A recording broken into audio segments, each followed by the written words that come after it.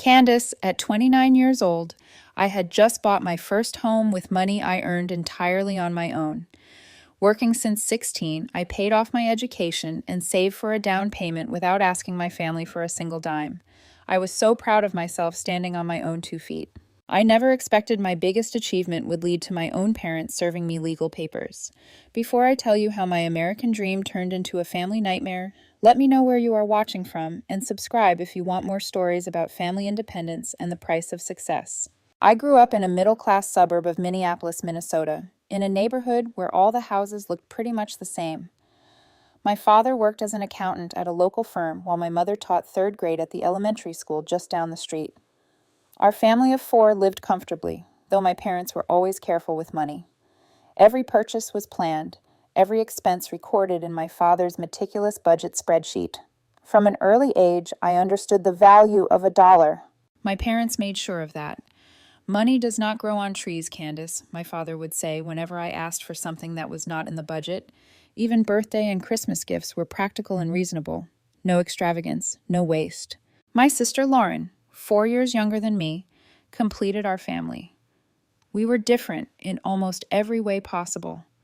While I was studious and responsible, Lauren was creative and free-spirited. I planned everything. She lived in the moment. I saved my allowance. She spent hers immediately. These differences became more pronounced as we grew older, and so did the way our parents treated us. I was the responsible one, the child my parents could count on to make good decisions. Lauren was the baby who needed protection and guidance. When I got a B+ on a test, my father would ask why it was not an A. When Lauren brought home a C, they would praise her for trying her best. At the time, I didn't think much of it. That was just how family dynamics worked, right? The oldest child had to set an example. As I entered high school, I began noticing things my friends had that I did not. The latest phone model, designer clothes, money for mall trips, and movies. When I asked my parents about these things, they would give me the same answer. We provide what you need, Candace. Anything extra is a luxury we cannot afford right now. And I understood. Their salaries covered our necessities and modest college funds for both of us. Anything beyond that seemed selfish to request. But understanding did not stop me from wanting. So when I turned 16, I made a decision that would shape the rest of my life. I would get a job. If my parents could not provide the extras, I would earn them myself. The local coffee shop, Morning Brew, was hiring. I spent hours perfecting my application and preparing for the interview. When the manager called, offering me a position as a barista, I felt like I had won the lottery. Minimum wage had never seemed so valuable. My parents were proud when I told them the news. "That's our girl," my father said, patting my shoulder, always taking initiative. My mother smiled warmly. "Just make sure your grades do not suffer," she cautioned. "College is still the priority." I promised them my academics would remain perfect, and they did. I made sure of it. 2 weeks later, I received my first paycheck, $127.35 for 20 hours of work. I will never forget staring at that check, the tangible proof of my labor. I had earned this money. No one had given it to me. It was entirely mine.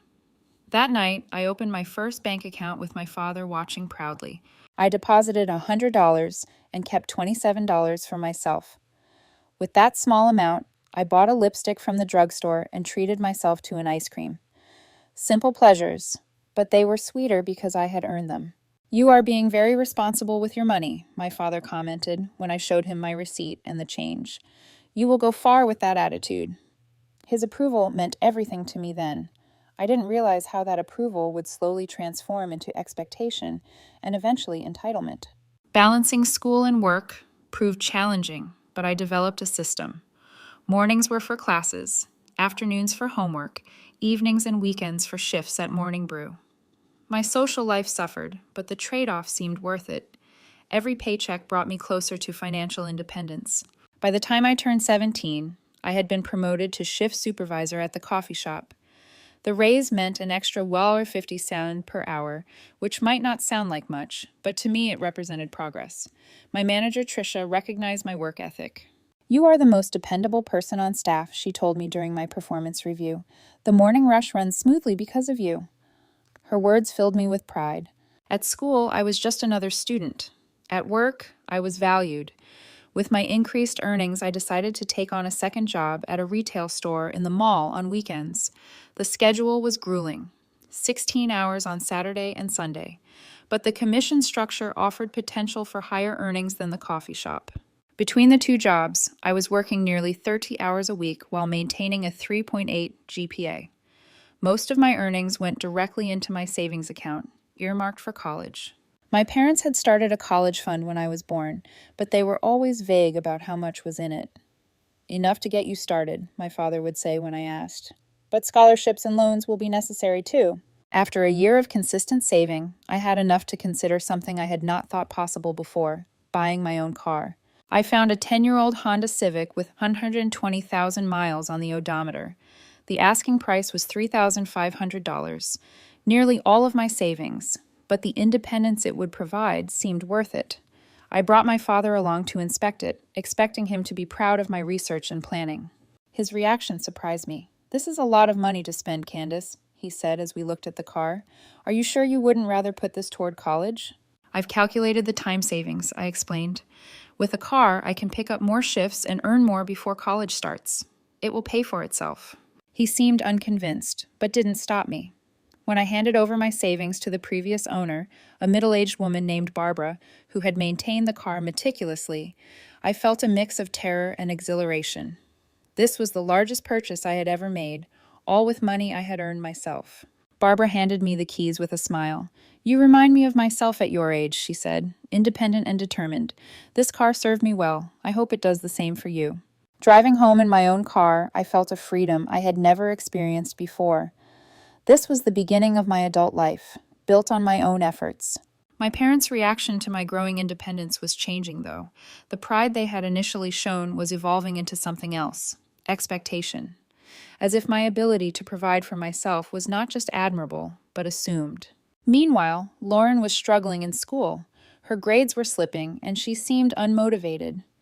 My parents devoted more and more attention to her, attending meetings with counselors and teachers, arranging for tutors, constantly discussing strategies to bring out her potential. Their focus on Lauren might have bothered me if I had not been so busy with my own life.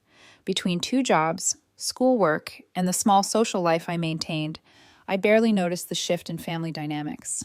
Until, that is, my parents began asking to borrow money from me. It started small.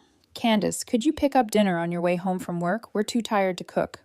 Or, "The washing machine repair cost more than expected. Could you buy your own school supplies this month?" These requests seemed reasonable enough. I was earning money, and contributing to household expenses seemed fair. But then came larger requests. "Lauren needs a laptop for school. Could you put in $200 toward it?" Or, "The family vacation fund is a little short this year. Since you're working, maybe you could cover your own portion." By senior year, I was effectively paying for all my own expenses, plus contributing to family costs. My parents never explicitly demanded this. It just evolved naturally from their requests and my desire to be helpful. Despite the financial pressure, I maintained my academic standing. I graduated with honors, received recognition as Employee of the Year at Morning Brew, and applied for every scholarship I could find. My graduation day should have been purely joyous, but a conversation with my parents that evening cast a shadow over the celebration. "We need to discuss college finances," my father said after the guests had left our modest graduation party. We sat at the kitchen table, the remnants of cake and punch still scattered about. "I've been saving," I assured him, "and I have the scholarship from State University. It covers about 30% of tuition." My mother and father exchanged looks. "We have something to tell you," my mother began. "The college fund we started for you and Lauren, it's not as substantial as we had hoped." My father nodded. "Market downturns, unexpected expenses over the years. The fund has about $12,000 total." I calculated quickly. $12,000 would barely cover a year of tuition, not including room and board, books, and other expenses.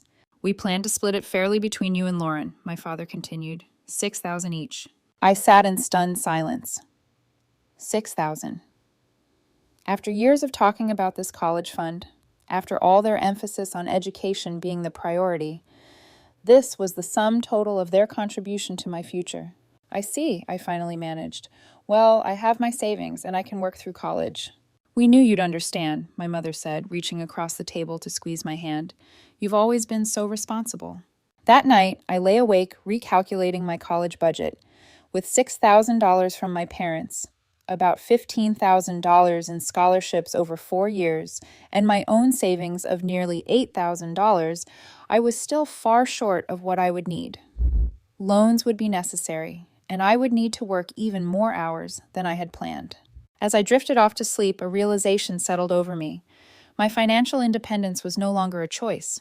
It was a necessity. I chose State University partly for their academic reputation, but mostly for their affordability compared to private institutions.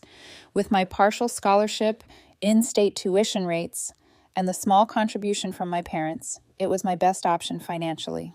Instead of living in the expensive dorms, I found a small apartment about a mile from campus to share with 3 other students.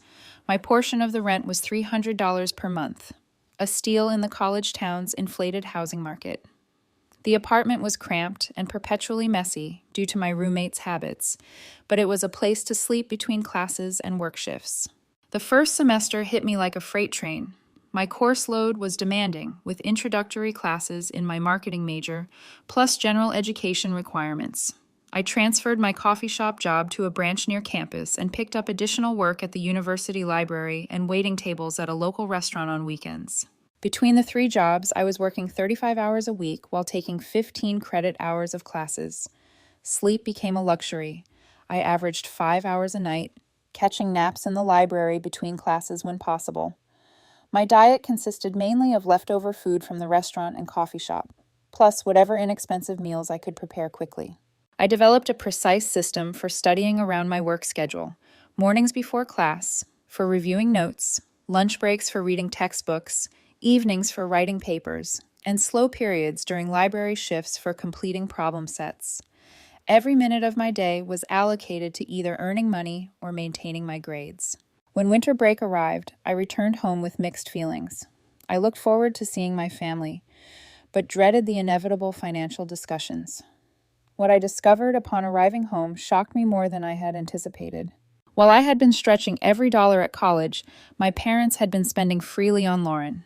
She had joined the high school dance team, which required expensive costumes, travel to competitions, and private lessons. Her room had been redecorated with new furniture and electronics, and, according to casual conversation, the family had taken a weekend trip to Chicago that no one had mentioned to me. I tried not to feel resentful. After all, I had chosen my path of independence. But when Christmas morning arrived, the disparity became impossible to ignore. Lauren received a new laptop, designer clothes, and concert tickets to see her favorite band. My gifts consisted of practical items: socks, a planner for the coming semester, and a $50 gas card. The difference was glaring. "Is something wrong?" my mother asked, noticing my expression as Lauren excitedly opened her laptop. "No," I lied. "These are great gifts. Thank you." Later that day, I overheard Lauren on the phone with a friend. "Yeah, my parents got me the exact model I wanted, plus tickets to see the Resonators in March. They're literally the best."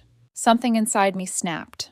That night, after Lauren had gone out with friends and my parents were relaxing in the living room, I confronted them. "Why does Lauren get expensive gifts while I get socks and a planner?" I asked bluntly. My parents looked surprised, then defensive. "Candace, you're doing so well on your own," my mother explained. "You have your jobs and your scholarship. Lauren needs more support right now. She struggles with confidence, and these gifts help her feel valued." "And I don't need to feel valued?" I countered. My father sighed. "That's not what your mother meant. You're already successful. Lauren needs a boost to get where you are naturally. We're just trying to level the playing field." "By giving her everything and me nothing?" "You're being dramatic," my father said dismissively. "We gave you your share of the college fund. We're proud of your independence. Most parents would be thrilled to have a daughter so self-sufficient."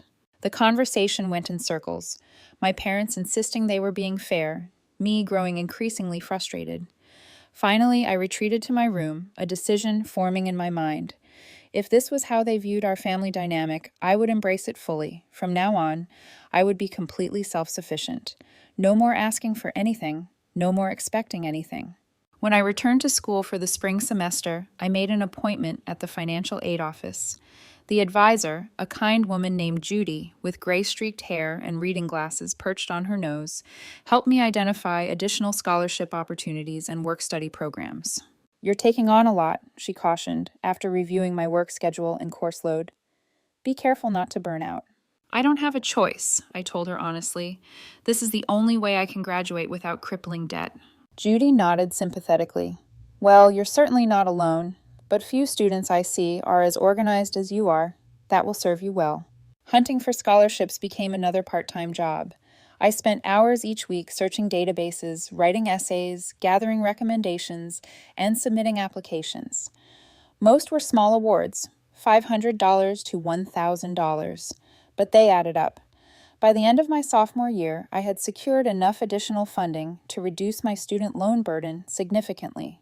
During my junior year, I landed an internship in the marketing department of a local company that produced organic skincare products. The position paid $12 an hour, more than any of my other jobs, and offered experience directly related to my major. I reduced my hours at the coffee shop but kept the weekend restaurant job for its reliable tips. The internship proved invaluable. While my classmates were learning marketing theory, I was applying it in real-world situations. My boss, Amanda, appreciated my work ethic and practical approach. "Most interns need constant direction," she told me during my performance review. "You take initiative and solve problems before they reach my desk. That's rare." It was during this time that I met Jason, a graduate student in business administration who frequented the coffee shop. After weeks of friendly conversation over the counter, he asked me out. Dating had never been a priority for me, largely because I had no time for it.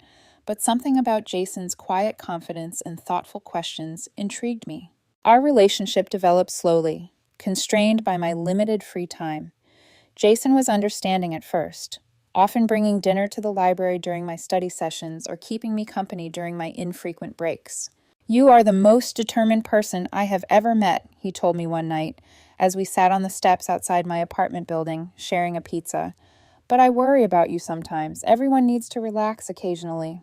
"I'll relax after graduation," I promised, "when I have a full-time job and no more tuition payments."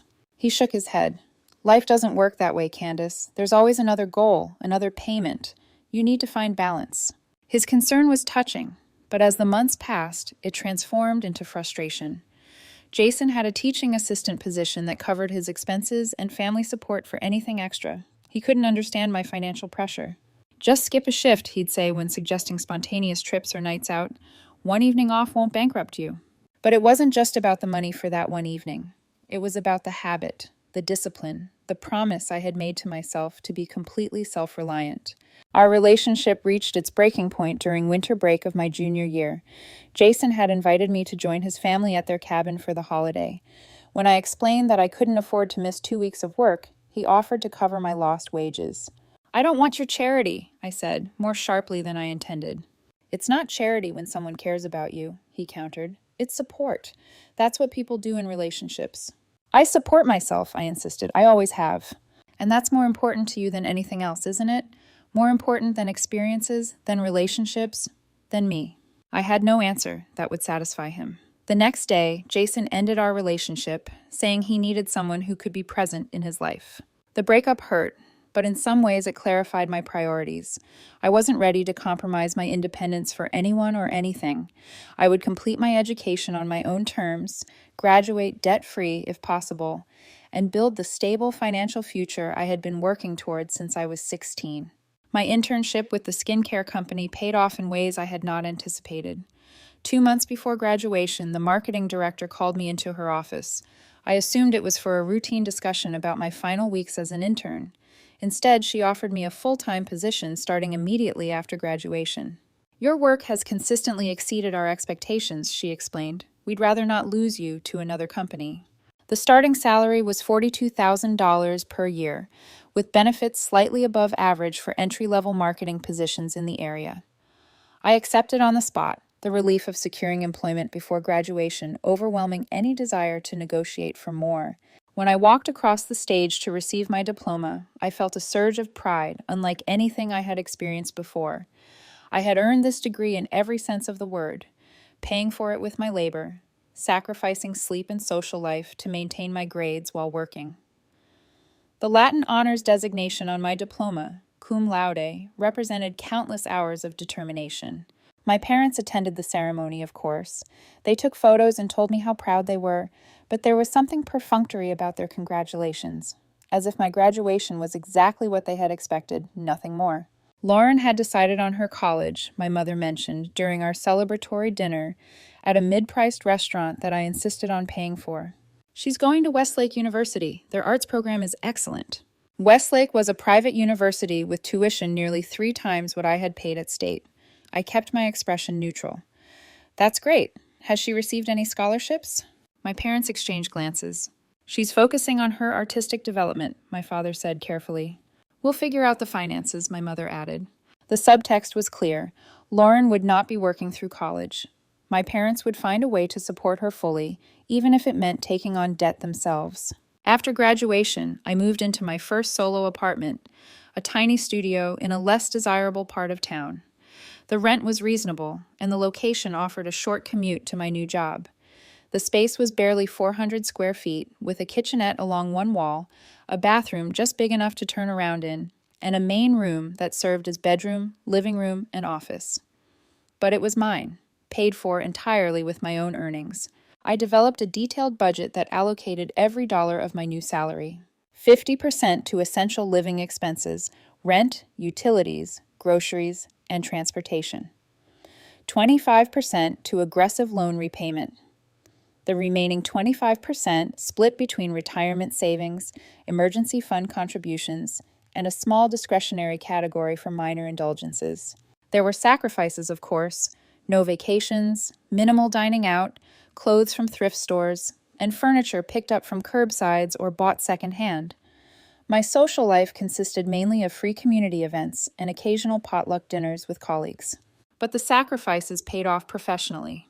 Without distractions, I poured myself into my work, taking on additional projects whenever possible, and developing skills beyond my job description. My first performance review came with praise and a 4% raise. By my second anniversary with the company, I had been promoted to marketing coordinator, with a salary increase to $48,000 per year. During this time, Lauren's college experience was taking a dramatically different path from mine. She changed her major 3 times in her first 2 years, from studio art to theater to communications. Each change extended her expected graduation timeline. What should have been a 4-year degree stretched to 5, then 6 years.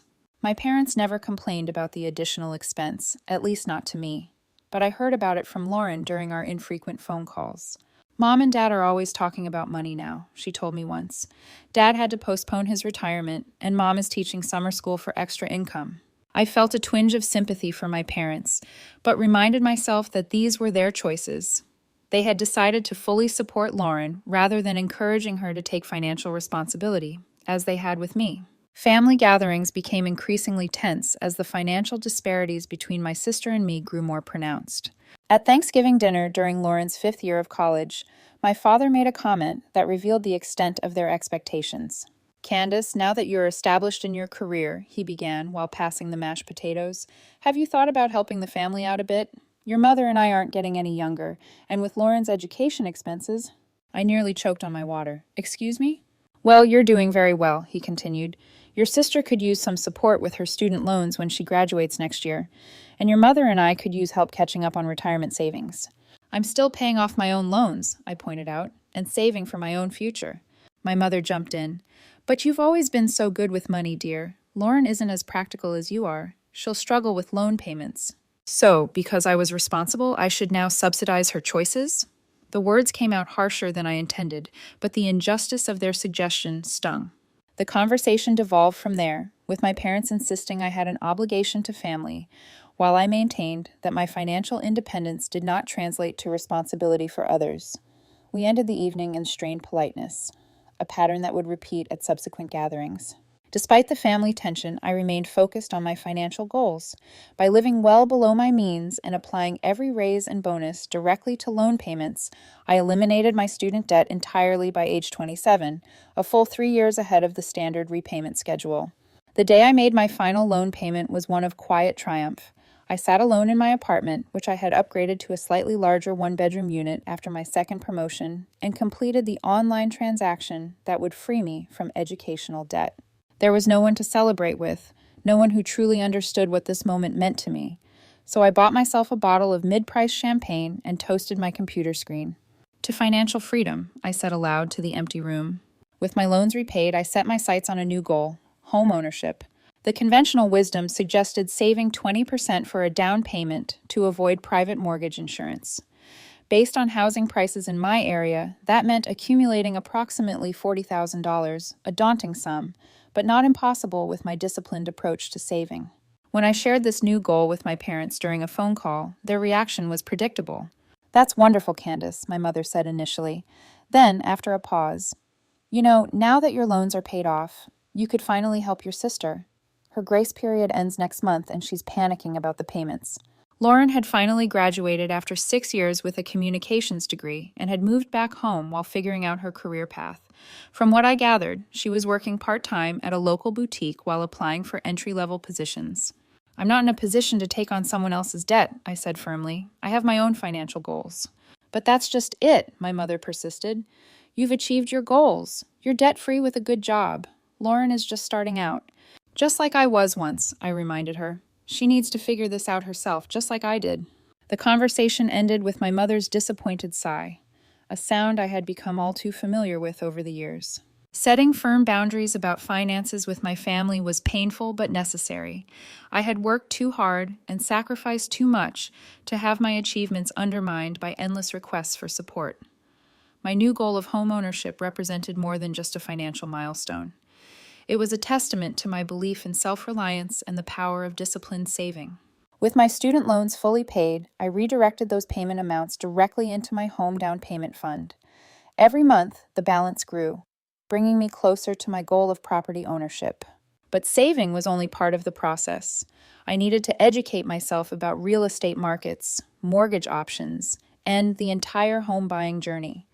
I spent hours researching online, reading books from the library, and attending free workshops hosted by local banks and credit unions. I learned about fixed rate versus adjustable rate mortgages, closing costs, property taxes, homeowners insurance, and the hidden expenses of home ownership that many first-time buyers overlook. The more I learned, the more I adjusted my savings target upward. Beyond the down payment, I would need money for closing costs, moving expenses, immediate repairs, and a healthy emergency fund to cover unexpected maintenance issues. My initial goal of $40,000 expanded to $55,000 to provide a more comfortable cushion. Saving this amount while maintaining my lifestyle of careful frugality required additional income streams. I took on freelance marketing projects, participated in market research studies, and even drove for a rideshare service on occasional weekends.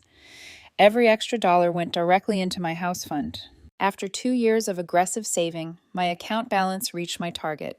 I was ready to begin the house hunting process in earnest.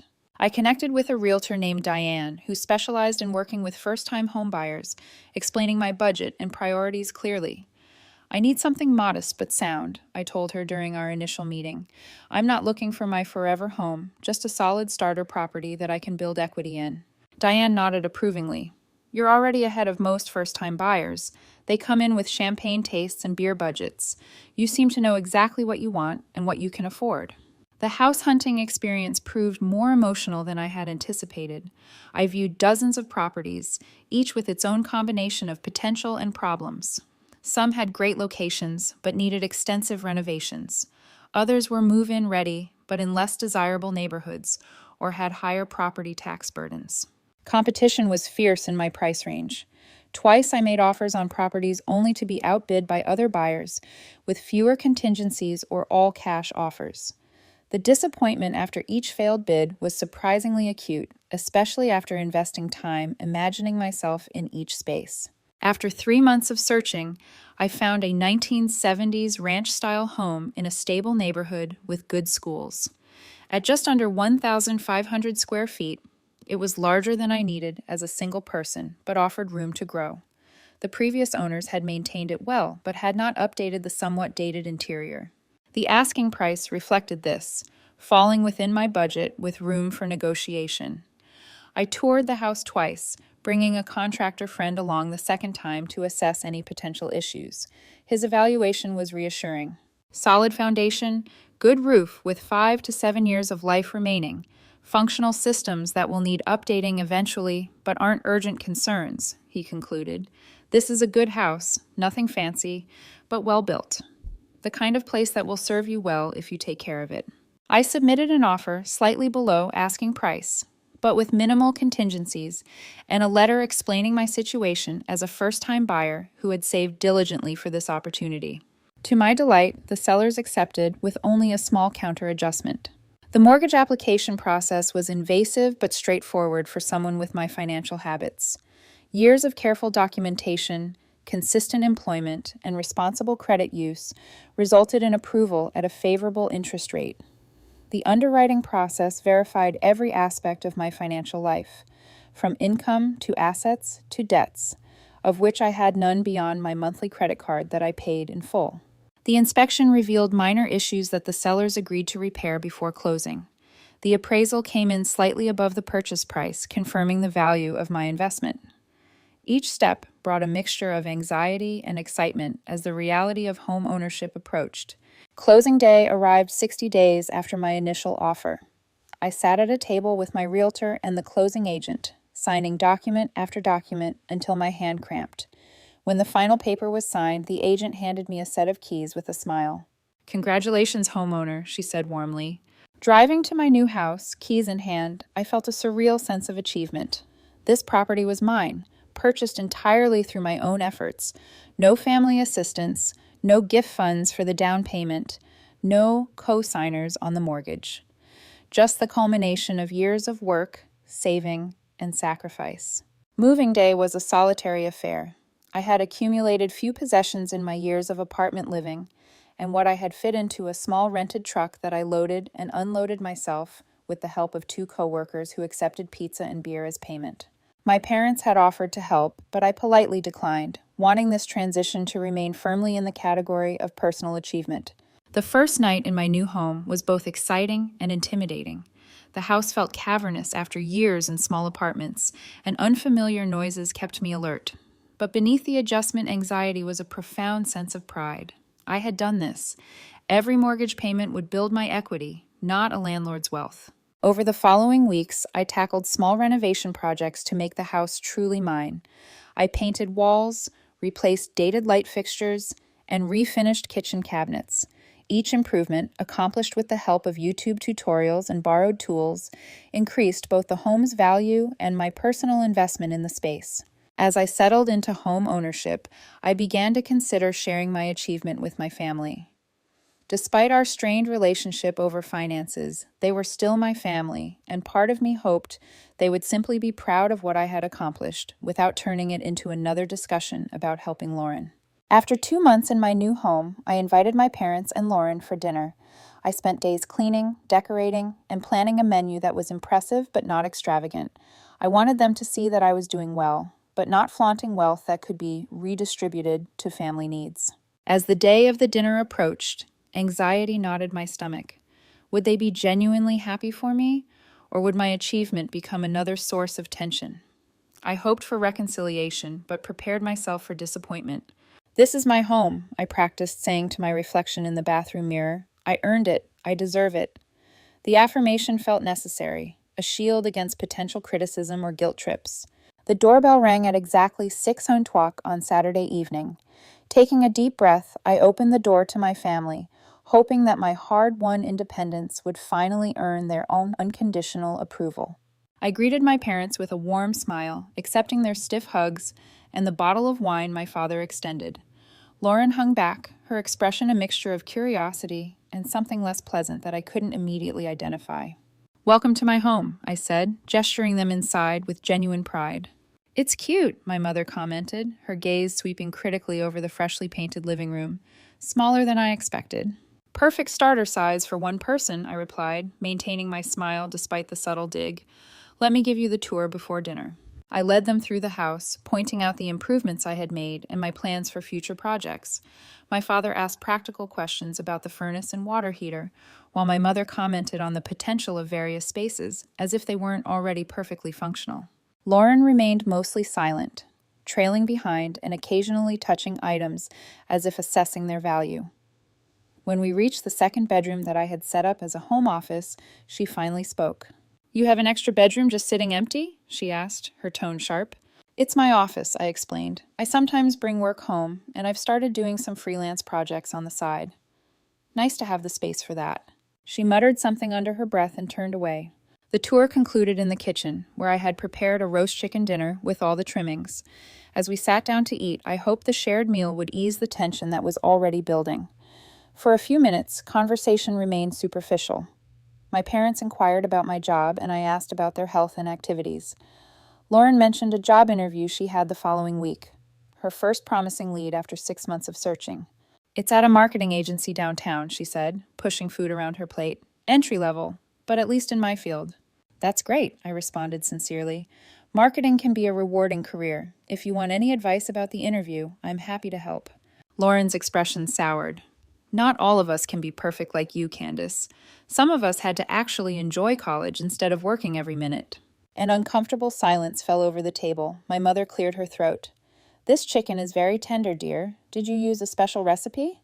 I was about to answer when my father interrupted. His tone casual, but his question anything but. "So, Candace, what did you end up paying for this place? The market's been quite competitive lately." The question was inappropriate by most social standards, but not surprising coming from my father. "I'd rather not discuss the exact amount," I said carefully, "but I got a good deal and a favorable mortgage rate." "We're family," he pressed. "There's no need for secrets about money." "It's not a secret," I countered. "It's a boundary. My finances are private." My mother jumped in. "Your father's just curious about your investment. After all, we helped shape your financial education. And speaking of finances..." She exchanged a glance with my father that sent warning signals through my mind.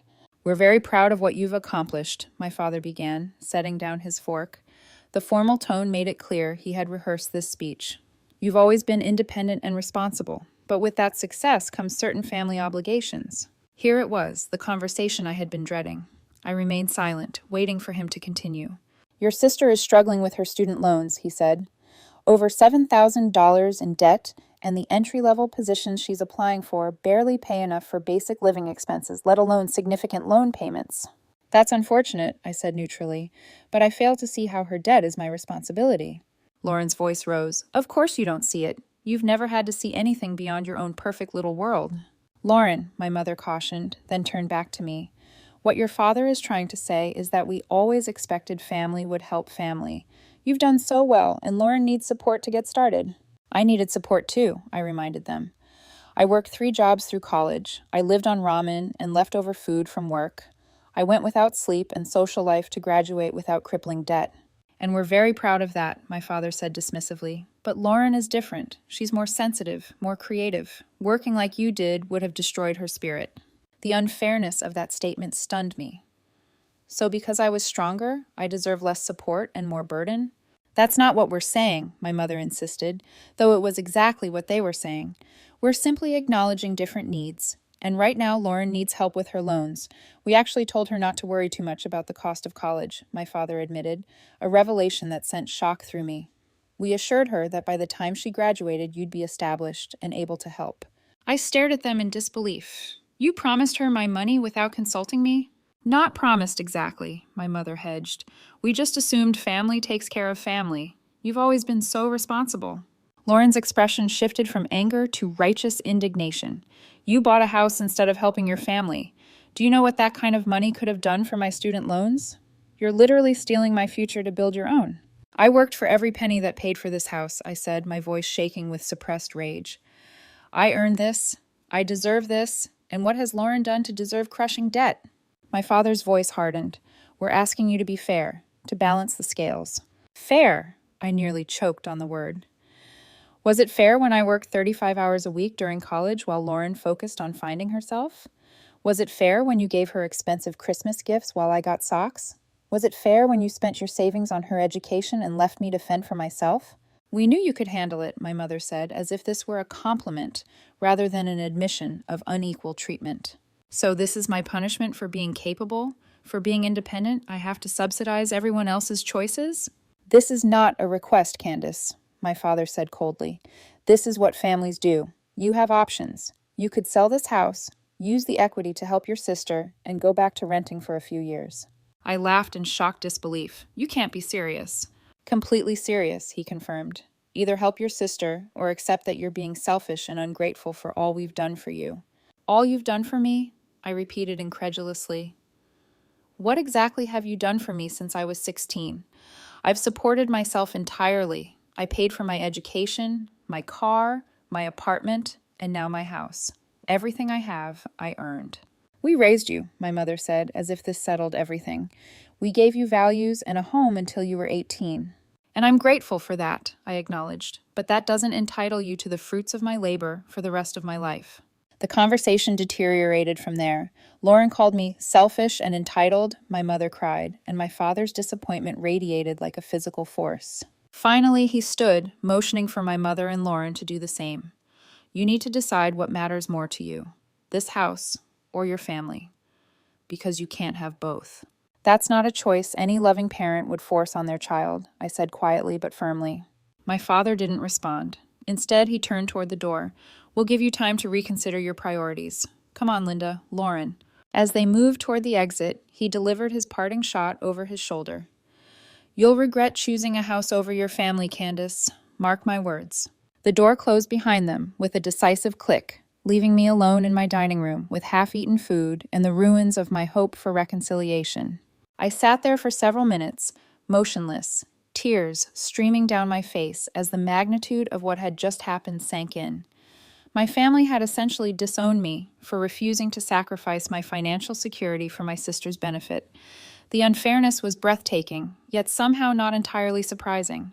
This confrontation had been building for years, the inevitable collision of their expectations and my independence. That night, I cried myself to sleep in my new house, wondering if the achievement I had worked so hard for was worth the cost of family peace. But beneath the grief was a steely certainty.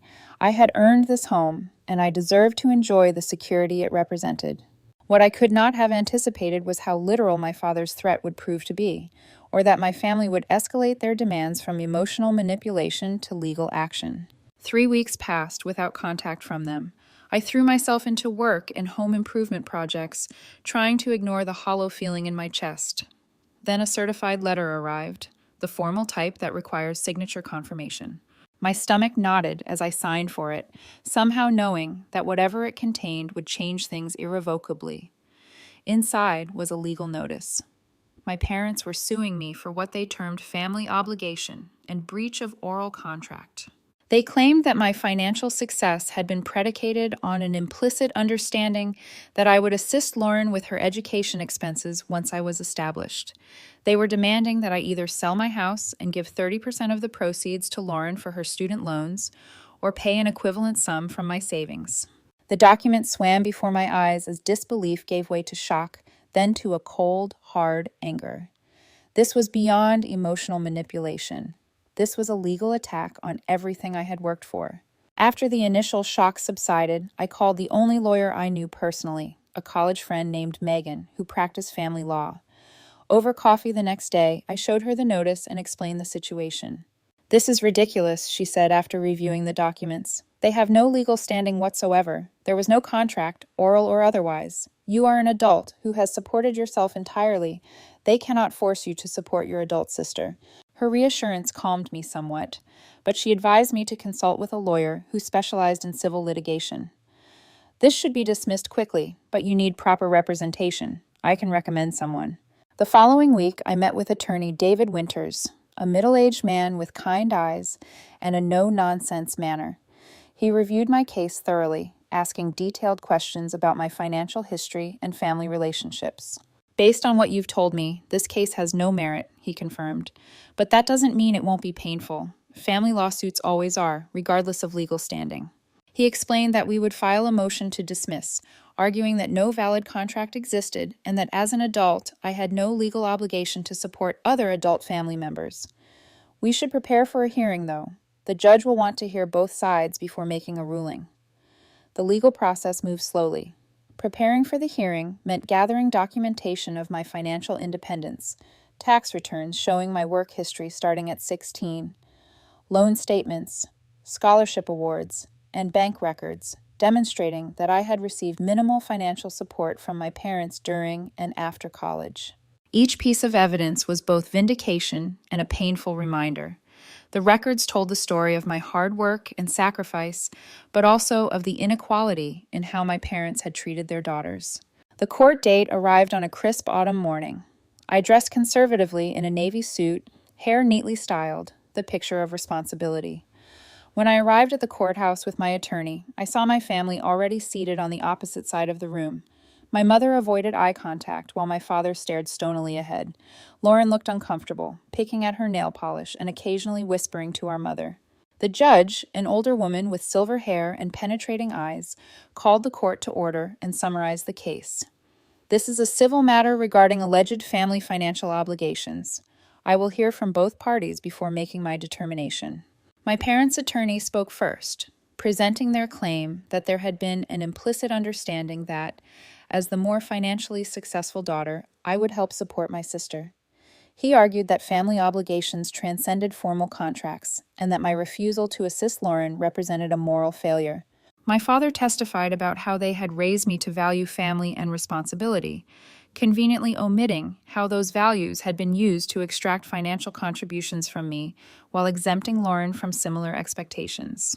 My mother tearfully described Lauren's struggles with student loan debt and the family's financial strain, painting a picture of hardship that contrasted sharply with their comfortable middle-class lifestyle. Lauren's testimony was the most difficult to hear. She described feeling abandoned by her wealthy sister, claiming that my success had come at her expense. If our parents hadn't had to support me through college because Candace refused to help, they could have saved more for retirement, she argued, twisting cause and effect in a way that defied logic. When my turn came, my attorney methodically presented the evidence of my financial independence, pay stubs from my teenage years, records of my multiple jobs during college, scholarship applications, loan statements, and bank records showing minimal parental support. My client has been self-supporting since age 16, he explained.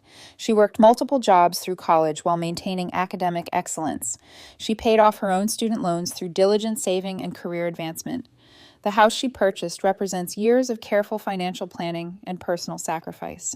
The judge asked me directly, "Was there ever any agreement, even informal, that you would financially support your sister after college?"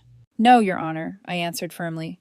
"There was never any such agreement. In fact, the pattern in our family was the opposite.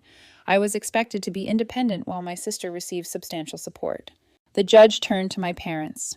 "Did you ever explicitly tell your daughter she was expected to help pay for her sister's education or student loans?" My father shifted uncomfortably. "Not in those exact words, but it was understood. That's what family does." "So there was no actual agreement, just your expectation?" the judge clarified. "We raised her to understand family responsibility," he insisted. After hearing all testimony, the judge called a brief recess to consider her ruling. Those 20 minutes in the courthouse hallway, deliberately avoiding eye contact with my family, were among the longest of my life. When court resumed, the judge delivered her decision directly and unequivocally. The court finds no evidence of any contractual obligation, implied or otherwise, requiring the defendant to provide financial support to her adult sister. Parents may have expectations for their children, but those expectations do not constitute legally binding obligations absent specific agreements. She turned to my parents. "While the court understands your desire to see both your daughters succeed, it appears that you have placed unequal burdens on them throughout their lives. The defendant has demonstrated remarkable financial responsibility and independence, which should be commended rather than penalized." The judge dismissed the case entirely, stating that my parents had no legal claim to any portion of my house or savings. This appears to be a family disagreement that has no place in civil court. I strongly recommend family counseling rather than legal action to resolve these issues. Relief flooded through me at the decisive ruling, but it was tempered by the sight of my family's reactions. My father's face flushed with anger. My mother dabbed at tears, and Lauren stared at the floor, shoulders slumped. They had genuinely expected the legal system to enforce their unfair expectations. The realization that they had never truly respected my autonomy or achievements struck me anew. Outside the courthouse, my attorney shook my hand. Congratulations. This was the expected outcome legally, but I know it doesn't heal the family breach. He was right. I had won the legal battle, but I'd lost my family in the process. As I watched them walk to their car without a backward glance, I understood that reconciliation would be difficult, perhaps impossible. They hadn't just disagreed with me. They had tried to legally coerce me into sacrificing my financial security.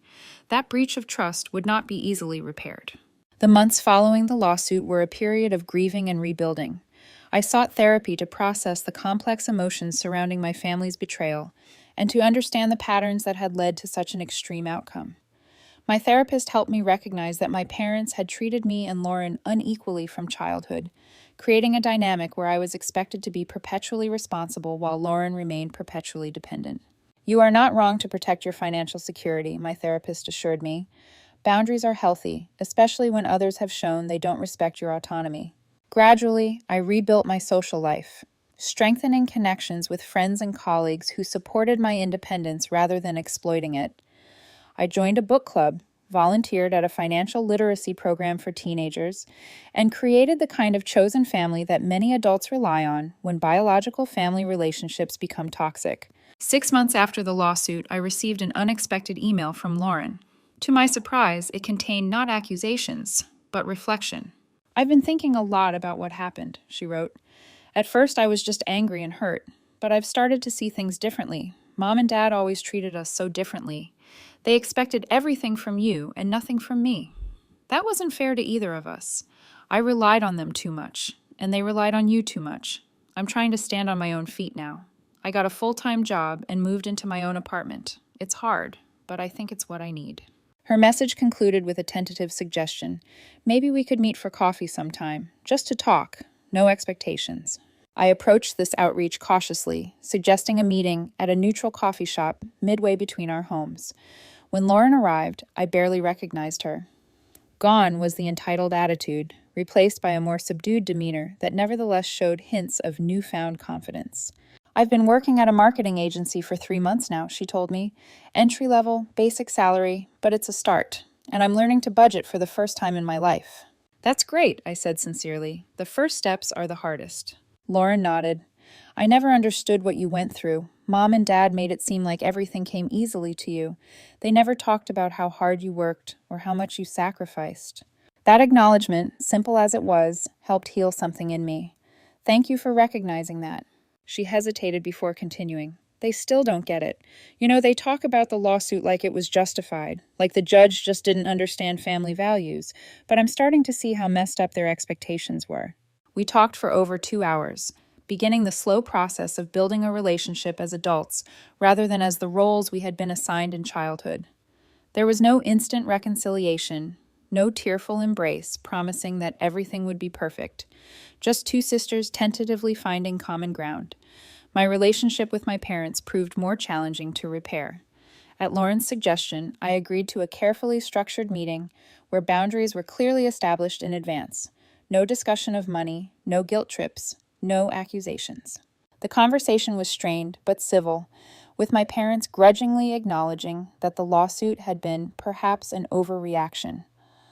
I didn't push for a deeper apology or understanding.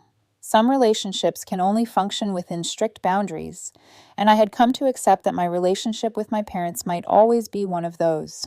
Their respect for my achievements seemed to grow in proportion to my distance from them, as if they could only value my independence when it wasn't a direct challenge to their authority. 1 year after buying my house, I hosted a small housewarming party for friends and colleagues, with Lauren as the only family member in attendance.